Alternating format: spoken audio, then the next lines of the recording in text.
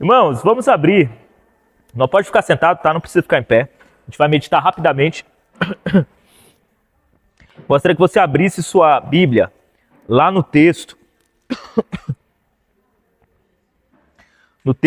No clássico texto de 1 Coríntios capítulo 9, Jordânia pediu para que a gente falasse um pouco sobre evangelismo e eu não posso deixar de falar sobre este texto, então.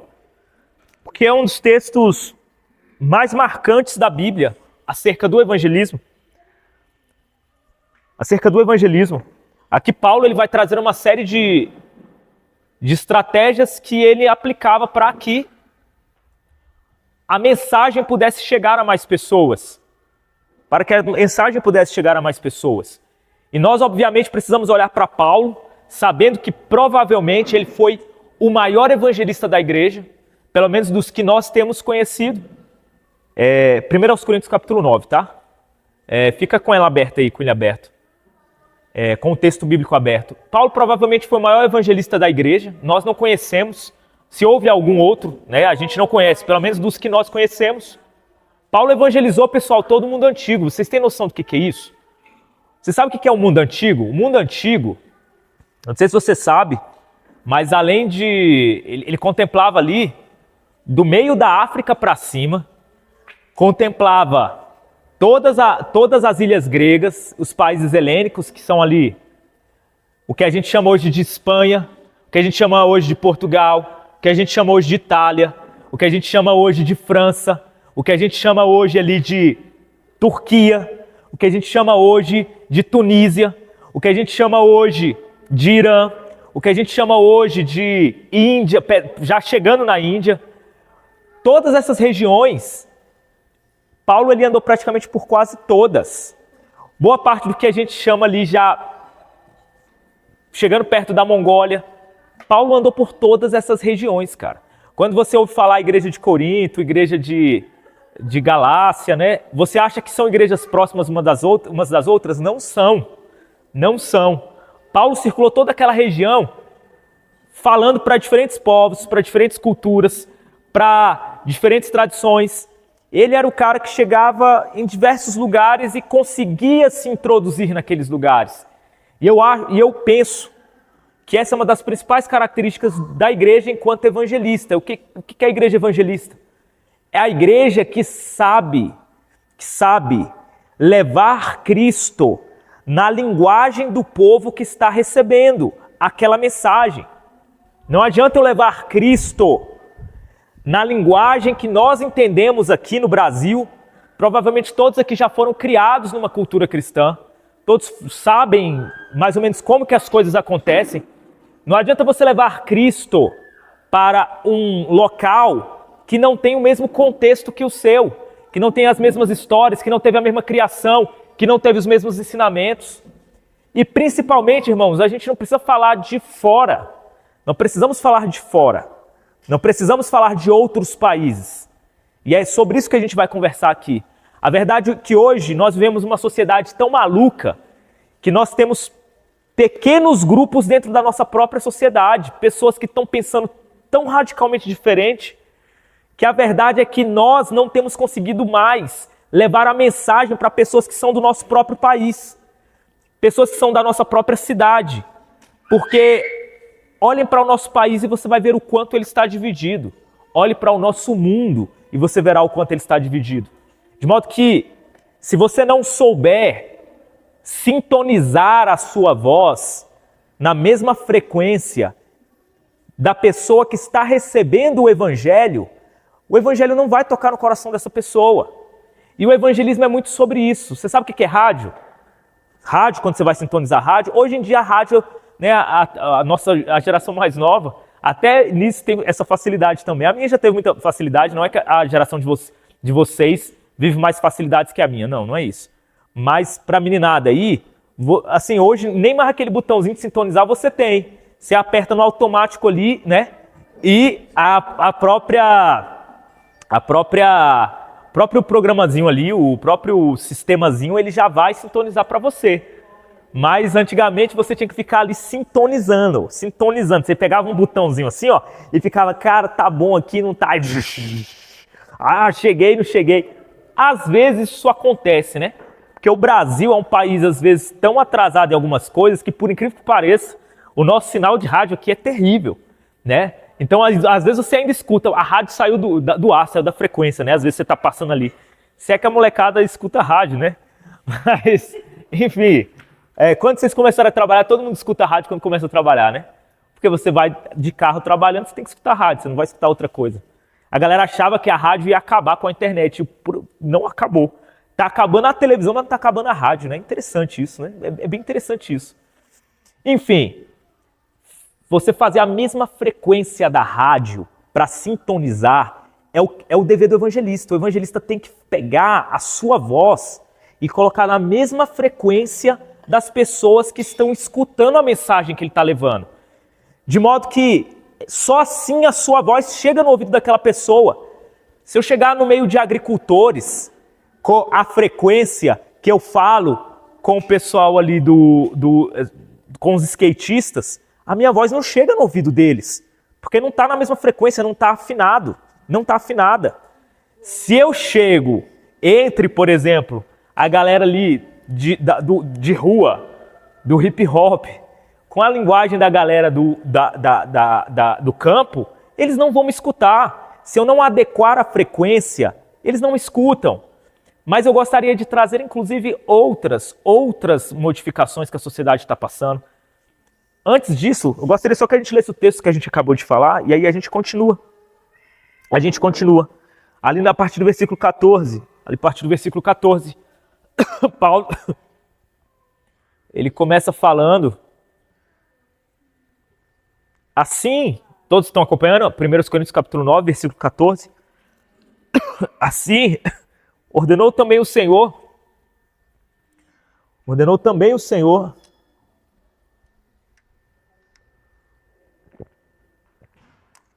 aos que anunciam o Evangelho, que vivam do Evangelho, mas eu de nenhuma destas coisas usei e não escrevi isto para que assim se faça comigo, porque melhor me fora morrer do que alguém fazer vã esta minha glória. Porque se anuncio o Evangelho, não tenho de que me gloriar, pois me é imposta essa obrigação. E ai de mim se não anunciar o Evangelho. E por isso, se o faço de boa mente, terei prêmio, mas se de má vontade, apenas uma dispensação me é confiada.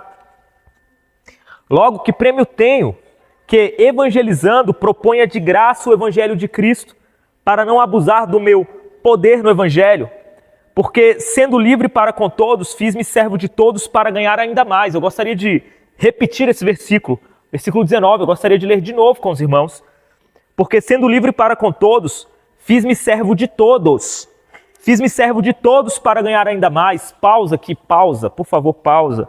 Nota que Paulo ele já está trazendo um dos principais princípios da igreja enquanto evangelista, da igreja enquanto comunhão de pessoas, da igreja enquanto comunhão dos santos na presença de Deus. E ele já fala o seguinte, olha, sendo livre, eu sou livre em Cristo Jesus, mas eu de modo livre me sujeitei ao serviço, à servidão, servo de todos para o quê? Qual a finalidade? Para ganhar ainda mais, servo de todos. Preste atenção que o princípio da servidão é a base da igreja, Você é livre para servir. E isso é que é o interessante. Você não é servo inicialmente. Você não é culpado. Você não é obrigado por uma culpa. Você não é obrigado por uma obrigação moral. Você não é obrigado por uma relação de dependência que você tem com seu líder. Você não é obrigado por conta de querer pagar um erro do passado que você cometeu e agora você quer compensar servindo a Deus. Você não é culpado por nada, você não é obrigado por nada disso. Você é livre. E uma vez sendo livre, você em liberdade se torna servo. Parece contraditório, mas não é. Porque quem serve, quando a gente lembra daqueles filmes, das novelas, os serviçais, parece que eles ali não eram livres, né? Eles eram obrigados a servirem. Mas não é nesse espírito que a igreja serve. Lembra de uma vez por todas aqui, você é livre. E é da liberdade que vem o serviço, e não o contrário. É da liberdade que vem o serviço. Você é livre das culpas, você é livre do pecado, você é livre das frustrações, você é livre da falta de propósito na sua vida. Você é livre da tristeza existencial, você é livre do vazio existencial, você é livre de todas essas coisas. Você é livre, meu irmão. Mas você é livre, e uma vez que você é livre, te resta apenas uma alternativa, mesmo você sendo livre: servir. Não porque existe qualquer obrigação psicológica em relação a isso, não porque existe qualquer obrigação moral em relação a isso, mas porque existe um impulso no seu coração, não pelo dever, mas pelo amor, de levar aquilo que te salvou, aquilo que te libertou, aquilo que te pacificou, aquilo que te estabilizou, aquilo que trouxe constância na sua vida, aquilo que trouxe equilíbrio para a sua vida. É um dever do cristão partilhar isso, porque mais do que um dever, ele vê isso como uma necessidade, como um grito, como um chamado, como uma convocação. De modo que a igreja ela não tem o que partilhar se isso primeiro não é para ela. Se isso primeiramente não é para ela. A igreja ela é livre. Ela é livre no Senhor para que ela tenha o que repartir. E aqui, por que eu estou enfatizando isso? Porque se a igreja hoje não está conseguindo repartir, ela não está conseguindo repartir porque ela não está tendo o que repartir, porque ela não é livre. Porque ela não está sendo livre. Porque não está havendo manifestação de liberdade nela, na sua relação com o seu Senhor, na sua relação com o Evangelho. Essa falta de ter o que repartir faz com que a igreja tenha que trocar o pão de alimento por outras coisas. Irmãos, somos servos porque somos livres. Somos servos porque somos livres. E se não for nesse espírito de servidão, em liberdade, se você está aqui tentando encontrar um propósito, se você não foi preenchido pelo propósito da liberdade e acha que é participar de um movimento religioso que vai te dar alguma razão para a sua vida, e você não tem essa liberdade em si, então você não tem o que partilhar, você não tem o que dividir. Você então vai ser só mais um nessa boiada aí que a gente vê todo dia, tá bom? E aí Paulo faz, e ele termina no versículo 20 aqui no nosso texto: eu me fiz de judeu para os judeus, para ganhar os judeus, para os que estão debaixo da lei, como se estivesse debaixo da lei para ganhar os que estão debaixo da lei. Para os que estão sem lei, como se estivesse sem lei, não estando sem lei para com Deus, mas debaixo da lei de Cristo, para ganhar os que estão sem lei. Fiz-me como fraco para os fracos, para ganhar os fracos. Fiz-me tudo para todos, para por todos os meios chegar a salvar alguns. E eu faço isto por causa do Evangelho, para ser também participante dele. Então nota, a liberdade em Cristo me impulsiona ao serviço, me impulsiona a servir, e não pode ser outro espírito da igreja, não pode ser outro espírito da igreja. E uma vez que da liberdade eu venho para o serviço, essa servidão me leva então a criar mecanismos para que eu construa vínculos e laços com aqueles a quem eu quero que a mensagem chegue. Aí aqui é o ajuste da frequência. Lembra que eu falava do ajuste da frequência do rádio? Então eu equalizo a minha voz, eu mostro quem eu sou, mas mais uma vez, não é a palavra, não é apenas o discurso. Irmãos, isso aqui é fato na vida, é fato na vida. O que dá autoridade para o que você fala é a tua vida. O que dá autoridade para o que você fala é a tua vida. Você pode ter a melhor oratória do mundo, você pode ter o melhor discurso do mundo, você pode falar as coisas mais bonitas do mundo.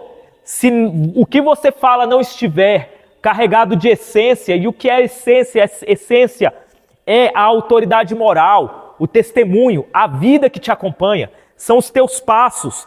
Porque não se engane, as pessoas elas só escutam o que você fala depois que elas conhecem quem você é. De modo que se o que você fala vai para um lado e o que você vive vai para o outro, as pessoas não receberão. Não receberão. As pessoas não entenderão, não aceitarão. O espírito humano ele tem uma repulsa natural pela hipocrisia. E o que é a hipocrisia senão? você apontar para um lado enquanto seus pés vão para o outro? O que é a hipocrisia, se não é o que você fala para um lado e o que você vive vai para o outro? Nós temos repulsa à hipocrisia. Hoje, inclusive, se a igreja perde a autoridade moral diante da sociedade, é porque a igreja tem sido hipócrita. É porque a igreja tem falado para um lado e tem andado para o outro. Ainda que diga que ande para aquele lado, mas não tem andado. A autoridade moral da igreja é o que reveste, é o que dá essência, é o que dá poder para a igreja. É o que dá poder para a igreja. Lembre-se, Jesus, ele não era um discurso, meus irmãos. Jesus não era uma pregação, não era uma pregação com palavras. Jesus é o verbo encarnado, é uma pregação em vida. Se Jesus é o discurso encarnado, se Jesus é a palavra encarnada, como que eu posso querer que o evangelho seja diferente? Como que eu posso querer que o evangelho se torne meras palavras? Não há como, não tem como. O evangelho vai virar mera retórica. Não tem jeito. As pessoas olharam para a tua vida. E olhar para a tua vida, não se engane, não é olhar para os trejeitos do crente. Eu sempre falo isso. Não é olhar para os seus clichês de crente, os seus jargões de crente. Porque o crente acha que virar crente é começar a falar os jargões dos crentes. Não é isso. Eu sempre repito isso.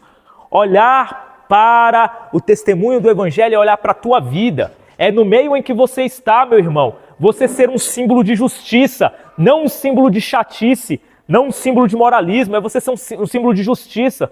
Aquele que sai em defesa dos fracos, aquele que sai em defesa do correto, aquele que não se dobra diante de interesses, diante de vontades alheias, para agradar caprichos de outros ou para conseguir coisas. É isso. O mundo quer referências de pessoas justas, não de pessoas moralistas, não de crentarrões, não de chatices, não de crendices. O mundo quer exemplo de pessoas que amam, que consolam, que escutam, que sentam, que veem, que percebem, que estão. O Senhor quer uma igreja que toma posição, mas que não toma posição com esse floreio, com essa coisa artificial, com essa máscara. Muitas das vezes nós aprendemos a vestir a igreja. O Senhor quer uma igreja que tome posição com autoridade. E você quer ter autoridade, é você fazer o que precisa ser feito. Para isso é necessário coragem. Covardes não têm parte no reino de Deus. Covardes não têm parte no reino de Deus. Porque viver o reino de Deus, do modo como eu estou falando, é estar sujeito a ter que cortar na sua própria carne, a ser retalhado. Quem vive o correto, quem não se dói, e aqui o correto não é você querer fazer tua razão prevalecer, não. Não é a tua teimosia. Ser correto aqui é você deixar o teu interesse de lado em nome daquilo que está acima de todas as coisas, ainda que você se prejudique. A igreja tem coragem de fazer isso? Os crentes têm coragem de fazer isso? Eu sou sincero em dizer para vocês, nos ambientes de trevas que eu caminho, os que eu menos vejo fazendo isso são os crentes. Os que eu menos vejo fazendo isso são os crentes. O que eu mais vejo é crente disputando com os outros, como se estivesse no meio predatório, como se fosse mais um dos lobos. O que eu mais vejo é o crente querendo sempre sair na frente, sempre fazer, chegar primeiro nos interesses seculares, nos interesses materiais. O que eu vejo é o crente não querendo levar desaforo para casa. O que eu vejo é o crente na disputa ali entre as vaidades, ele tentar mostrar que é mais vaidoso, ele tentar mostrar que é melhor, a sua vaidade sobrar e ele não testemunhar nada. E isso é o que envergonha o nome do Evangelho e torna a mensagem do Evangelho resistente, meus irmãos, resistentes. Eu já disse isso aqui em outras oportunidades, mas eu não posso deixar de repetir hoje. A palavra pontífice, que inclusive é muito utilizada pela igreja romana, pela igreja de Roma, né? Pela igreja católica romana, para se referir aos seus sacerdotes. Vocês sabem de onde vem a expressão pontífice. A expressão pontífice vinha lá de Roma, antes mesmo da existência da igreja. Estou te falando aqui de Roma, do início da formação da cidade. Não sei se vocês sabem, mas a cidade de Roma, ela é num terreno pantanoso. De modo que teve que se construir Roma construindo-se pontes. Você construía pontes para poder edificar a cidade. Os romanos, eles desenvolveram a engenharia e a arquitetura assim, de um modo fantástico, porque eles eram construtores de pontes. E porque eles eram construtores de pontes, eles começaram a ser chamados de pontífices. Eram os pontífices aqueles que construíam pontes. E esse termo ele foi empregado no meio da igreja. Pontífice vem de quem constrói ponte, de quem lança estrutura sobre o pântano para facilitar o contato entre as pessoas, para facilitar a coligação, a relação, para ajustar a frequência, para fazer com que as pessoas se conectem. Essa é a finalidade da igreja. Eu acho que esse nome cabe demais para a igreja. Se há uma coisa que a igreja é, não apenas ali, né, a elite sacerdotal, institucional, como a igreja de Roma coloca, mas para qualquer um que é chamado ao evangelho. Sua missão, meu irmão, onde você está, é ser um construtor de pontes. Pelo amor de Deus, meus irmãos, deixemos de ser mesquinhos. Você não está no seu serviço, por exemplo, para ser mais um daqueles mesquinhos que disputam cargos, que disputam benefícios, igual carne que cai no meio dos lobos, não, no meio dos leões, não. Você não é mais um predador, não, meu irmão. Você é lá que você tem que dar outra face, ainda que isso signifique cortar a carne. No meio da tua família, as pessoas ficam disputando quem quer ter razão no meio das suas famílias, igual os ímpios fazem. E depois, acha que ser crente é o quê? Acha que ser crente é você ficar, o quê? Falando o nome de Jesus, misericórdia.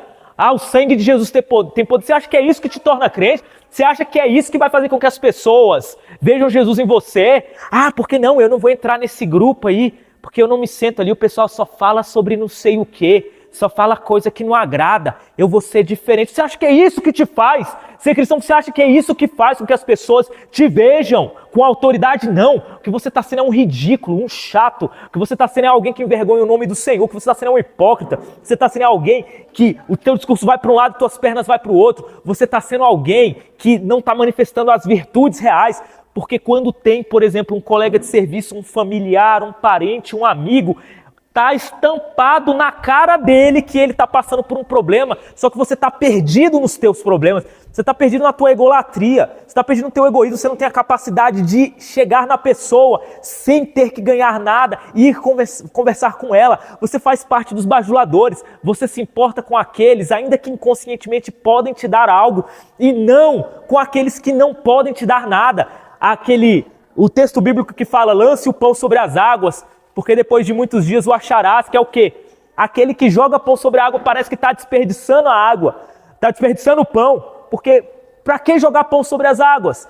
Para que jogar pão sobre as águas? Mas o texto bíblico fala, lance o pão sobre as águas, porque aquilo que tem um ditado, que aquilo que o mar leva, o mar traz, né? E isso é verdade mesmo, os japoneses inclusive usavam isso como meio de comunicação, colocavam aquelas garrafas, né? Mensagens dentro das garrafas e jogavam, e depois o oceano trazia de volta. O texto bíblico faz aferição a isso.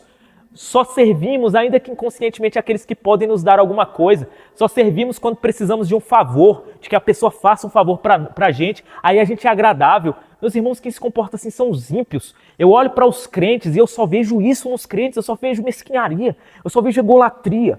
Eu só vejo os crentes no meio do ambiente da congregação é choro e emoções. São extremamente sensitíveis, como toda a sociedade hoje é, cheia de emoções, cheia de tentativas de conseguir ter novas sensações, mas no meio das trevas, a igreja é só mais um entre os ímpios. A palavra dela não chega lá, não chega. A igreja não é pontífice, a igreja não é construtora de pontes, não é construtora de pontes. Eu acho interessante isso, porque eu vejo tanto que às vezes nós somos cínicos, o tanto que nós somos cínicos e o quanto isso tem tirado a autoridade da igreja, Nós vemos ali, por exemplo, agora, né, nessa semana ali, a morte daquele jovem nos Estados Unidos,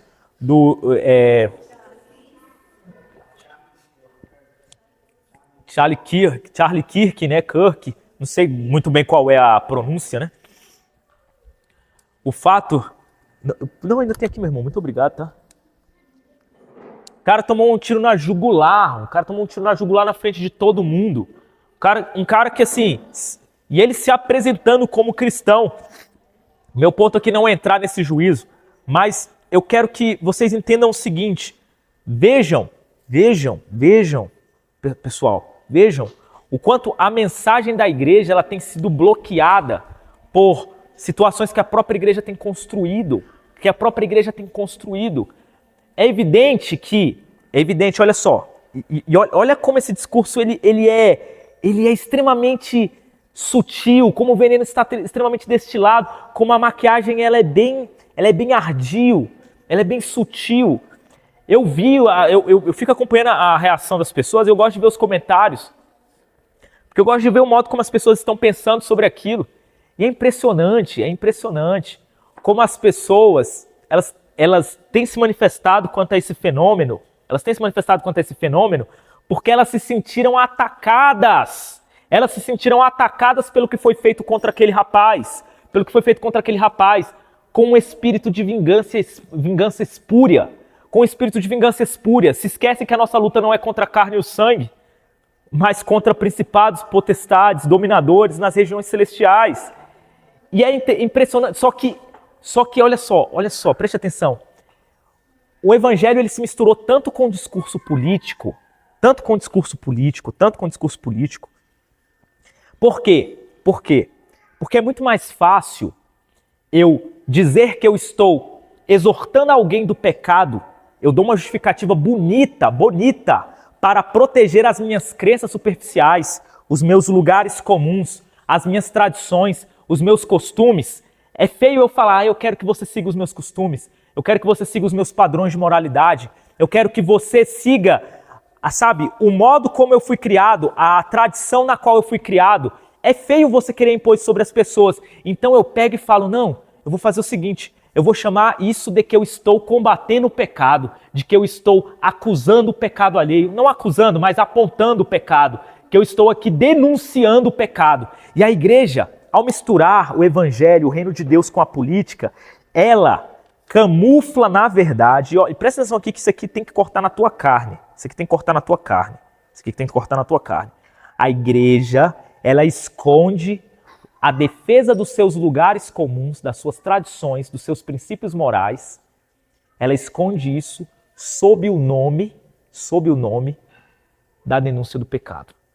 A pessoa fala, não, mas eu estou denunciando o pecado alheio. Não, você não está denunciando o pecado alheio.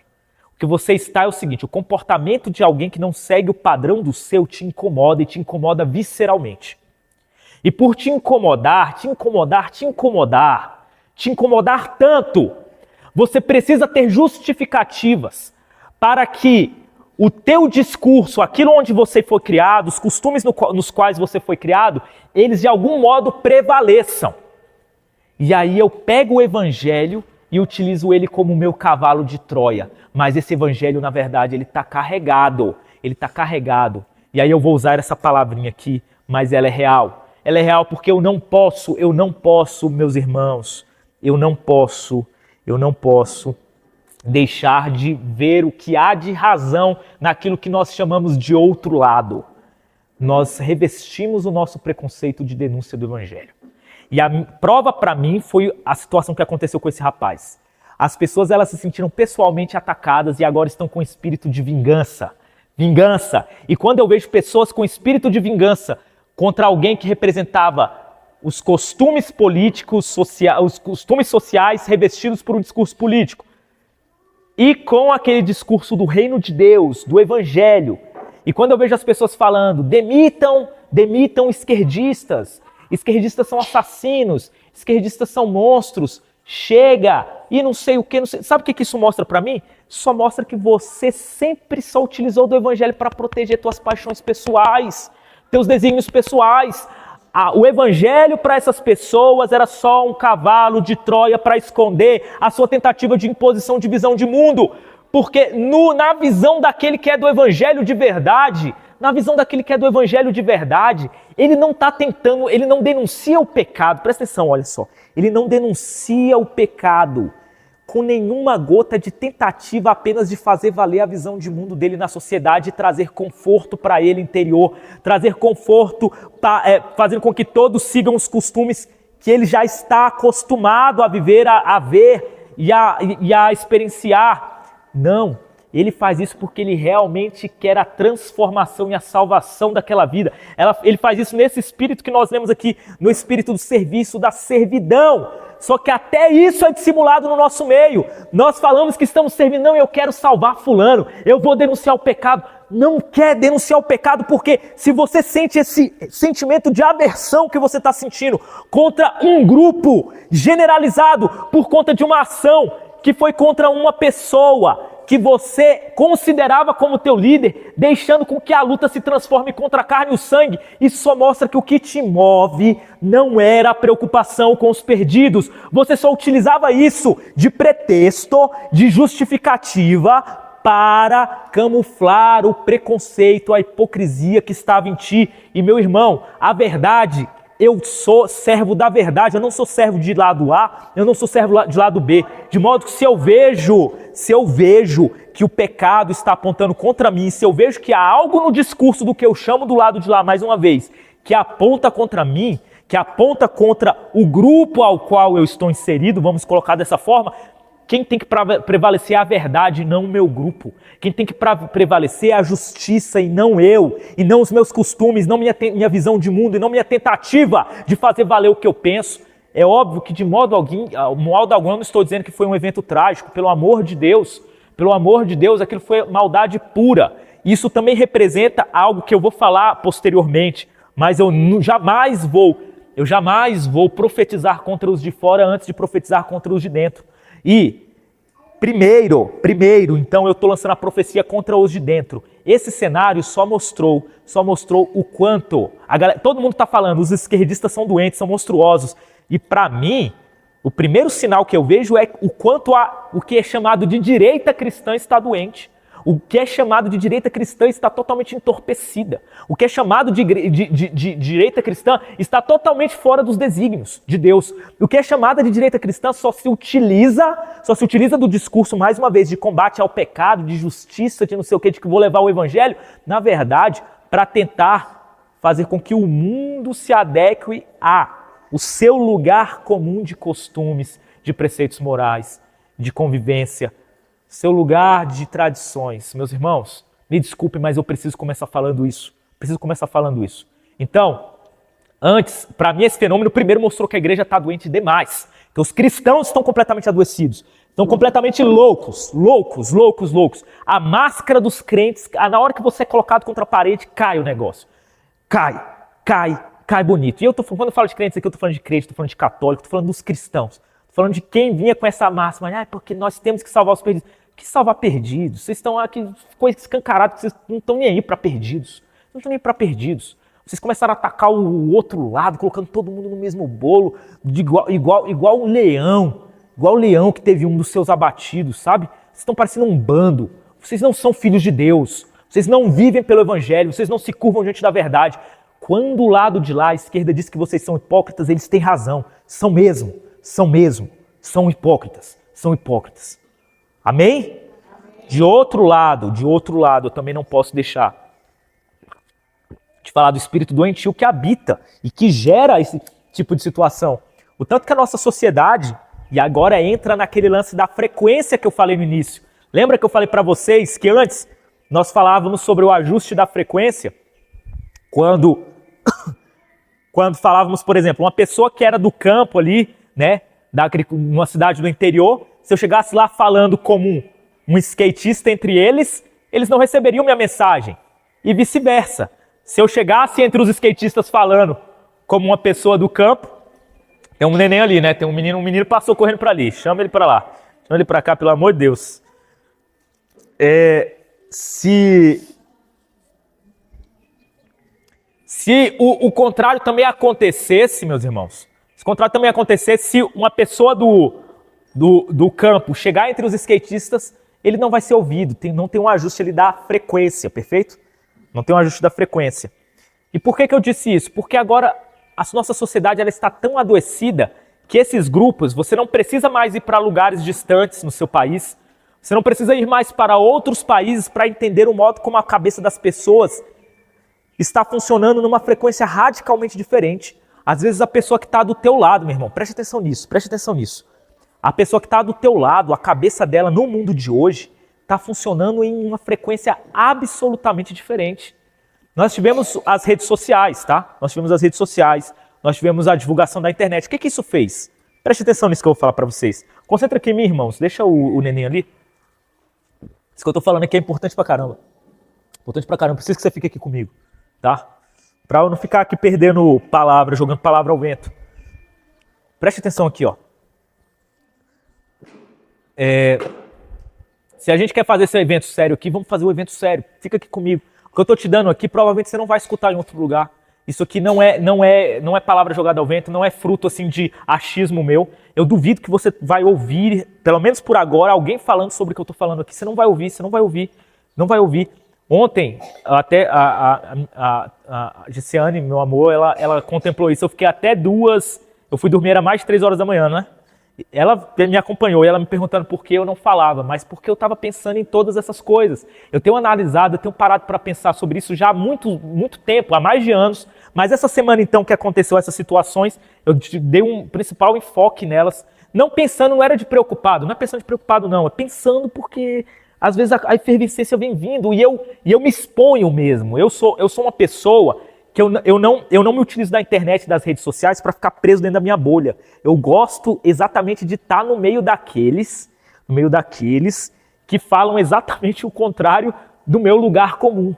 Eu gosto de estar no meio daqueles que falam exatamente aquilo que te gera repulsa, não tem? Quando você vai para o lado de lá, que você começa a ouvir aquele discursozinho que você fala, que chega a te dar dor no estômago, eu gosto de estar lá porque primeiro eu quero me testar. Eu quero testar primeiro o meu amor pelos perdidos, isso é um excelente exercício. Quando eu estou no meio daqueles que estão falando tudo aquilo que eu sei que é errado, que me embrulha, e se eu sinto aversão, ódio a essas pessoas, naquele momento eu vejo, eu não estou sendo filho de Deus o suficiente, eu não estou sendo cristão o suficiente, eu não estou sendo do reino de Deus o suficiente, porque eu estou permitindo que o discurso histérico de um ímpio não me gere ira contra o pecado, mas contra a pessoa. E eu estou indo contra o próprio Deus que sim manifesta ira contra o pecado, mas ele não se absteve em nenhum instante de também manifestar muito amor ao pecador. E se eu quero ter o caráter de Cristo, eu preciso entender, meus irmãos, que eu tenho sim que ter muita repulsa pelo pecado, mas eu tenho que ter muito amor pelo pecador. E eu tenho que quebrar uma dissimulação em mim. Qual a dissimulação que eu tenho que quebrar em mim? A de querer me enganar de que eu estou tendo ira contra o pecado, mas na verdade a minha ira está contra o pecador. Porque no fundo, o que tem me levado a denunciar o que eu chamo de pecado é, mais uma vez, a minha tentativa de apenas manter a minha visão de mundo e tornar as coisas mais ou menos padronizadas à minha visão, ao meu jeito de perceber tudo. Os irmãos estão entendendo o que eu estou querendo dizer aqui? Estão entendendo? Eu estou dizendo de diversas formas, Então, sabe, é um exercício que eu convido um cristão que quer evangelizar. Meu irmão, você quer ser um evangelista? Primeira coisa eu vou te falar, você quer ser um cristão. Todo cristão deveria fazer isso. Mas principalmente o evangelista.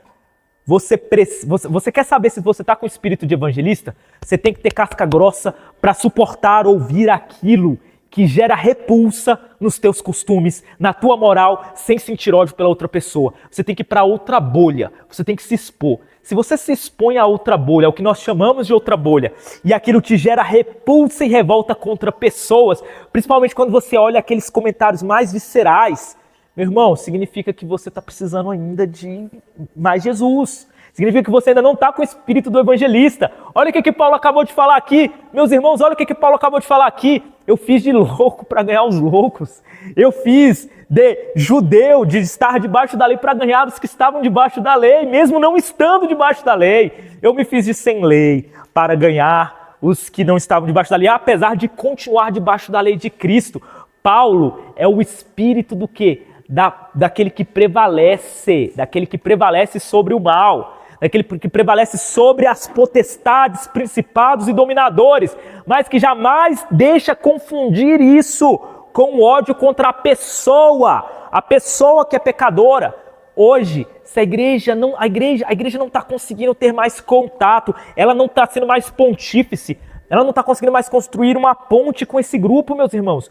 Vocês não têm notado isso? Você não tem notado isso? O tanto que a nossa sociedade está adoecida, que parece que quando você fala assim, olha, sou cristão, quando você fala sou cristão, já vem um combo junto contigo, que já acompanha aquela sua autodefinição e que já gera 1 milhão de barreiras entre o que você vai dizer e o que a pessoa vai escutar. De modo que se a rádio não estiver muito bem, sabe, muito bem sintonizada, se o tiro não for de um sniper, que vai ter que passar por uma série de muros levantados só pelo fato de você se dizer cristão, e vai ter que atravessar uma série de buraquinhos muito bem colocados para que acerte a consciência daquela pessoa, para que penetre na consciência daquela pessoa, você não vai conseguir levar a mensagem do Evangelho, principalmente para a nova geração, para a geração da Júlia, para a geração da Mirelle, para a geração dos adolescentes que estão aqui, para a geração dos adolescentes que estão aqui.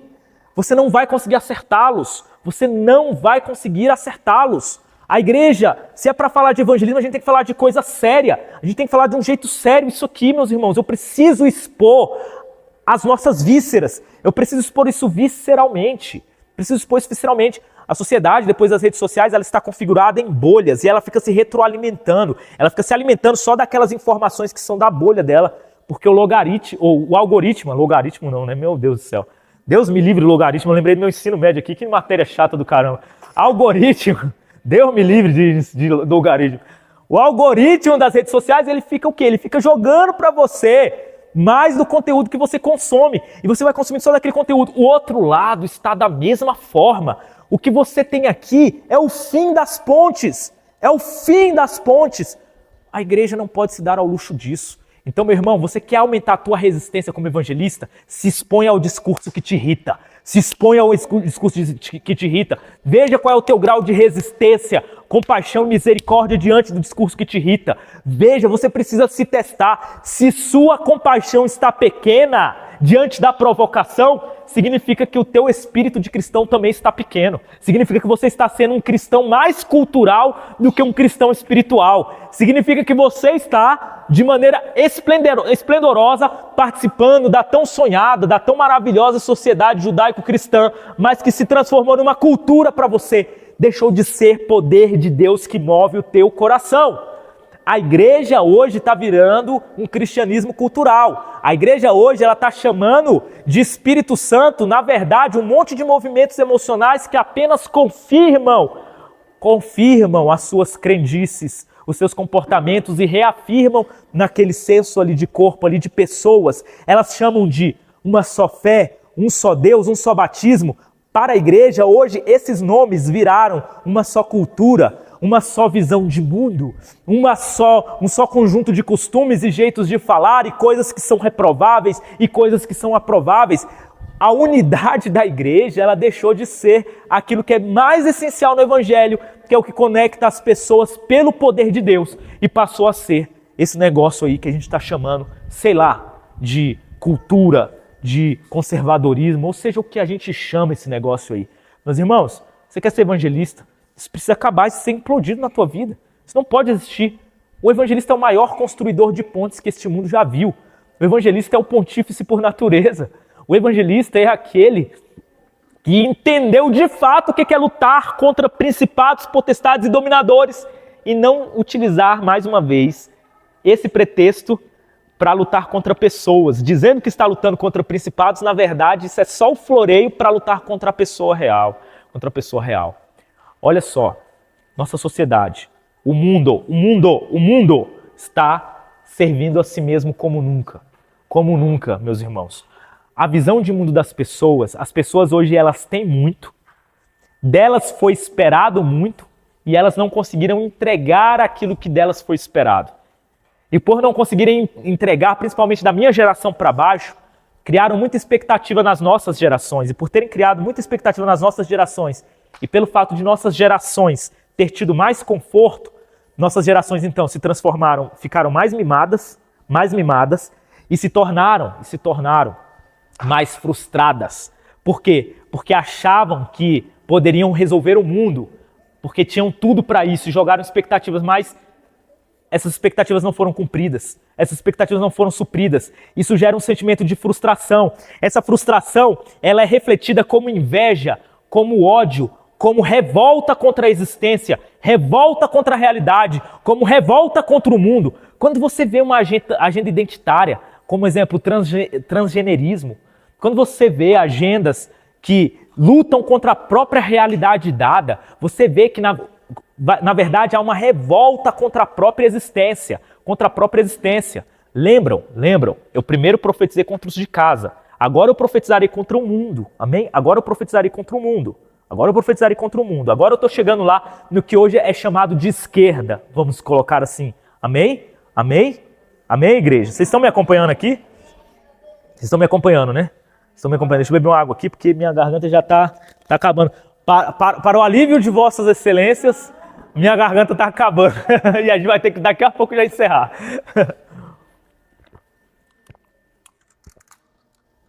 Preste atenção aqui no que eu estou falando. A agenda abortista, no fundo, ela vem o quê? Ela vem dessa mimação, frustração, autofrustração com as suas expectativas, com as expectativas que foram lançadas sobre uma geração que não conseguiu cumprir essa expectativa e começou a reagir a essa frustração com ressentimento, com inveja, com ódio e com revolta contra a própria existência. De modo que, irmãos, eu tô te falando para você que eu vou lá na bolha dos caras, eu gosto de ver, muitas das vezes eu não vou lá para debater não, eu vou lá para ver, eu quero ver. Se eu digo que eu amo ao próximo, eu primeiro preciso compreender o próximo. Você não tem como dizer que ama alguém se você não compreende esse alguém. E se você, meu filho, não entrar no mundo dessa pessoa, você jamais irá compreendê-la. A igreja aí diz que ama o próximo, mas ela sequer para tentar compreender os malucos, cara. Que ela chama de malucos, que realmente são malucos, eu não estou dizendo que não são. Mas que a maluquice está no meio da igreja também, como eu disse aqui, muito mais no meio da igreja. Porque a igreja tem que ser mais exigido da igreja e não deles. A exigência de ser luz é da igreja, não é do mundo. Amém? E uma pessoa que é abortista, todos eles, quando você vai fucutando, vai futucando, você vai cavando, você vai chegar na seguinte perspectiva. É uma pessoa que não tem, que ela é tão frustrada com suas expectativas que foram colocadas sobre ela, tão ressentida com a vida, com a existência, que ela perdeu o sabor pela vida, e por perder o sabor pela vida, ela se rebelou contra a existência. De modo que na cabeça dela, irmãos, isso é sincero na cabeça delas, isso é sincero.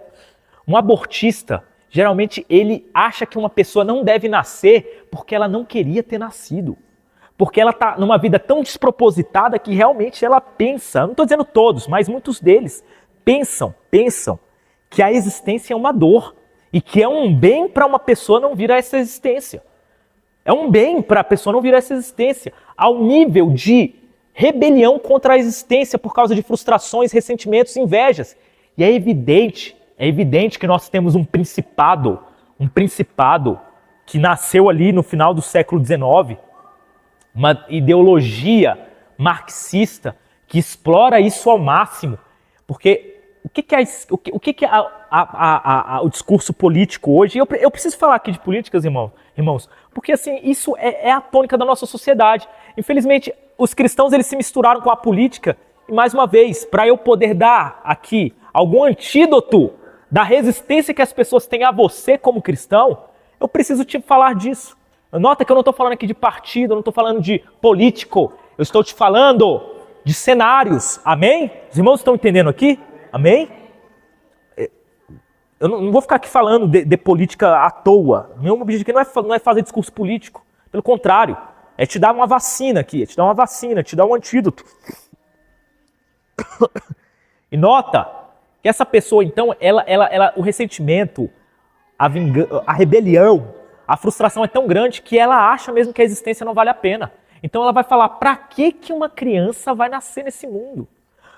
Um ambientalista, no fundo de todo o discurso ambientalista, está alguém que por causa desse ressentimento, dessa frustração ressentida e da inveja, que é potencializada por essa ideologia marxista que sabe explorar. Isso é um principado demoníaco, diabólico, porque ela sabe, nenhuma teoria na história da humanidade, nenhuma ideologia na história da humanidade soube trabalhar tão bem o ressentimento e o ódio como o marxismo faz. E toda a esquerda, todas essas agendas da esquerda, elas vêm desse ódio, elas vêm da exploração desse ódio, elas vêm da exploração do ressentimento, elas vêm da potencialização desse ressentimento.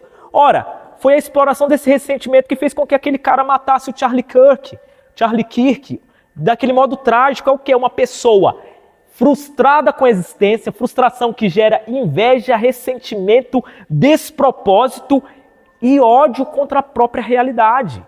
E isso faz com que a pessoa chegue a um ódio assassino e que leva ela a pegar um fuzil e dar um tiro no pescoço de alguém que ela discorda.